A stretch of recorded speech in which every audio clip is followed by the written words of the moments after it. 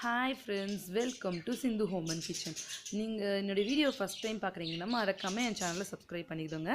நான் இன்றைக்கி என்ன வீடியோ போட போகிறேன்னா, இது வந்து என்னோட வெட்னஸ்டே மார்னிங், அதாவது 14th நவம்பர் அன்றைக்கி வந்து என்னுடைய மார்னிங் குக்கிங் ரொட்டீனும் நான் வந்து அதுக்கப்புறமா எப்படி க்ளீன்லாம் பண்ணிவிட்டு நான் வந்து என்னோடய ஸ்கூலுக்கு கிளம்புறேன் அப்படிங்கிறதையும் வந்து உங்களோட ஷேர் பண்ணிக்கணும்னு பிளான் பண்ணேன்.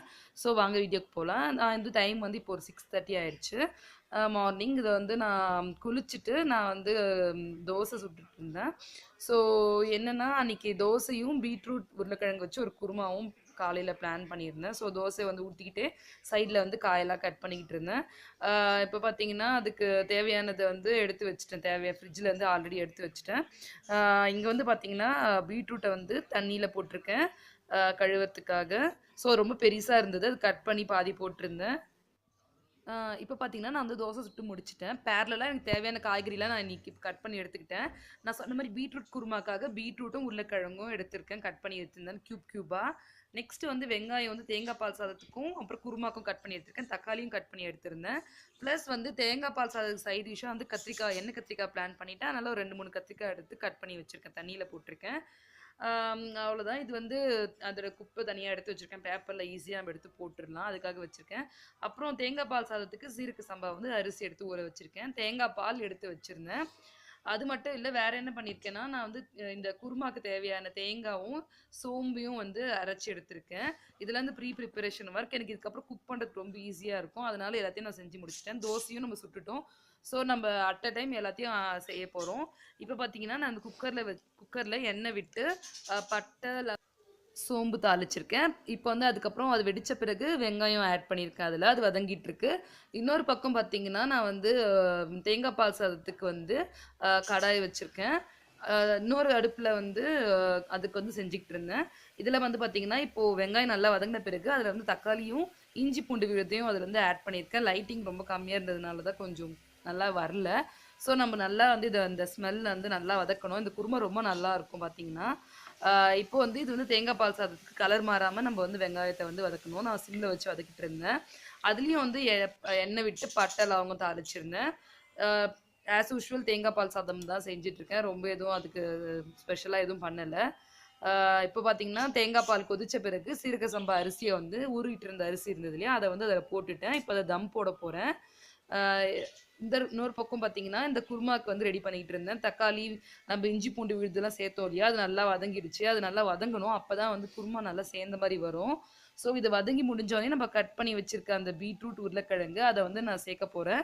சேர்த்து அதை வந்து மூடிட்டு நம்ம விசில் போட்டுடலாம். இப்போ பார்த்தீங்கன்னா தேங்காய் பால் சாதத்துக்கு தம் போட்டேன்.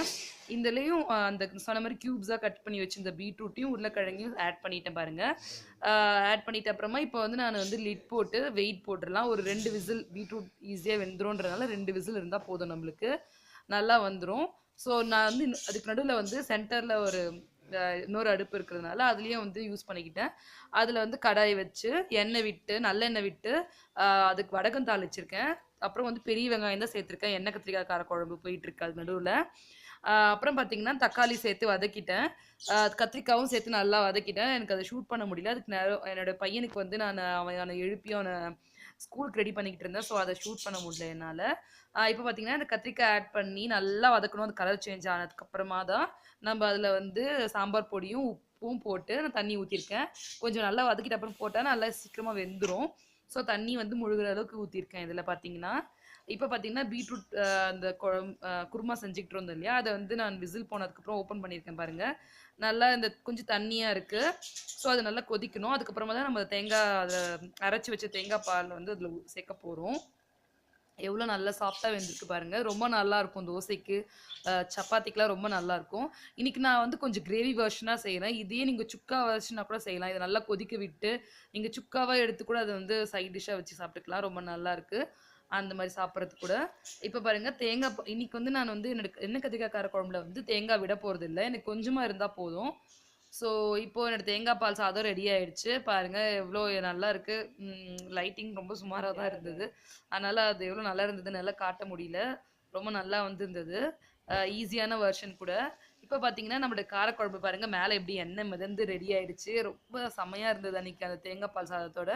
இன்னொரு பக்கம் பார்த்தீங்கன்னா, என்னுடைய பீட்ரூட் குருமா வந்து கொதிச்சுக்கிட்டு இருந்தது. யாருக்கு பீட்ரூட் பிடிக்காதவங்க கூட இந்த குருமா சாப்பிடுவாங்க. அவ்ளோ ரொம்ப நல்லாருக்கும் இது. நீங்க ட்ரை பண்ணி பாருங்க கண்டிப்பா. இங்க பாருங்க எப்படி மேல நல்லா எண்ணெய் மிதந்து வருது இல்லையா?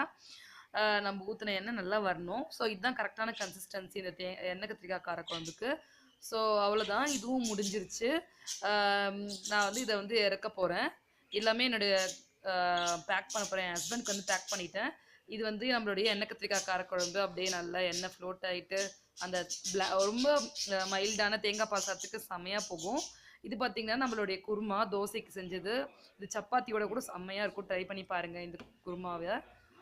தேங்காய் பால் சாதமும் அதே மாரி பேக் பண்ணிட்டேன். என் பையனுக்கும் பேக் பண்ணி எடுத்துக்கிட்டேன். அது வந்து தோசை. அவ்வளோதான் என்னுடைய ஹஸ்பண்ட்க்கு பேக் பண்ணி முடிச்சுட்டேன். நெக்ஸ்ட் பார்த்தீங்கன்னா, இப்போ டைம் 8:30 ஆயிடுச்சு. இதுக்கப்புறம் நான் வந்து வீடு வந்து பெருக்கிட்டு மாப் போடணும். அந்த வேலை தான் செஞ்சுக்கிட்டு இருந்தேன். 9:00 நான் வந்து ஸ்கூலுக்கு கிளம்பணும். ஸோ நான் அத தான் வந்து அந்த டைம்ல செஞ்சுக்கிட்டு இருந்தேன். அதுக்கு நடுவுல வந்து நானும் ரெடி ஆயிட்டு இருந்தேன். ட்ரெஸ் பண்ணிட்டு. ஸோ இப்போ பார்த்தீங்கன்னா, ஹஸ்பண்டுக்கும் எனக்கும் டீ போட்டுட்டு இருந்தேன். ஒரு பாத்திரத்தில வந்து 1 டம்ளர் பால் எடுத்து நல்லா அத சுண்ட காய வைக்கணும். அது வந்து ஒரு 1/4 டம்ளர் ஆகணும். இன்னொரு பக்கம் வந்து டீக்கு வந்து தண்ணி வச்சிருக்கேன். ரொம்ப நல்லாயிருக்கும். இங்க பாருங்க நொர பொங்க பொங்க ஒரு நல்ல டீ. கிளைமேட்டுக்கு ரொம்ப நல்லா இருந்தது அந்த கிளைமேட் குடிக்கிறதுக்கு. ஸோ ரெடி ஆயிடுச்சு நம்மளோட டீயும். ஸோ இதுக்கு நடுவுல வந்து நான் வந்து எனக்கு சாப்பிட்றதுக்கு வந்து தட்டுல வந்து தோசையும், பீட்ரூட் குருமாவும் வந்து வச்சிருக்கேன். டீ குடிச்சிட்டு தோசை சாப்பிட்டு கிளம்பணும். எல்லாமே பேக் பண்ணிட்டேன். எல்லாமே எடுத்து வச்சுட்டேன். நான் அது மாரி கிச்சனையும் வந்து கிளீன் பண்ணி முடிச்சுட்டேன் இதுக்கு நடுவுல டீ போட்டுக்கிட்டே. ஸோ எல்லா வேலையும் முடிஞ்சிருச்சு. நம்ம சாப்பிட்டுட்டா வந்து நம்ம ஆஃபீஸ் ஸ்கூலுக்கு கிளம்ப வேண்டியது தான். அவ்வளோதான். இதுதான் என்னுடைய இப்போ பார்த்தீங்கன்னா 8:50 டைமு. நான் எல்லா வேலையும் முடிச்சுட்டு, நான் இப்போ வந்து கிளம்ப போறேன். ஸோ ரொம்ப தேங்க் யூ. இந்த வீடியோவ வந்து பார்த்ததுக்கு. உங்களுக்கு எங்கேயோ ஒரு இடத்துல மோட்டிவேஷனா இருந்ததுன்னா ரொம்ப சந்தோஷப்படுவேன். தேங்க்ஸ் ஃபார் வாட்சிங். என்னோட வீடியோவ ஃபர்ஸ்ட் டைம் பார்க்குறீங்கன்னா இந்த வீடியோ பிடிச்சிருந்தா மறக்காம ஒரு லைக் குடுங்க. இந்த மாரி நெறைய வீடியோஸ், யூஸ்ஃபுல்லான வீடியோஸ் உங்களுக்காக வந்துகிட்டே இருக்கு. மறக்காம நம்ம சேனல சப்ஸ்கிரைப் பண்ணி வச்சுக்கோங்க. பாய்.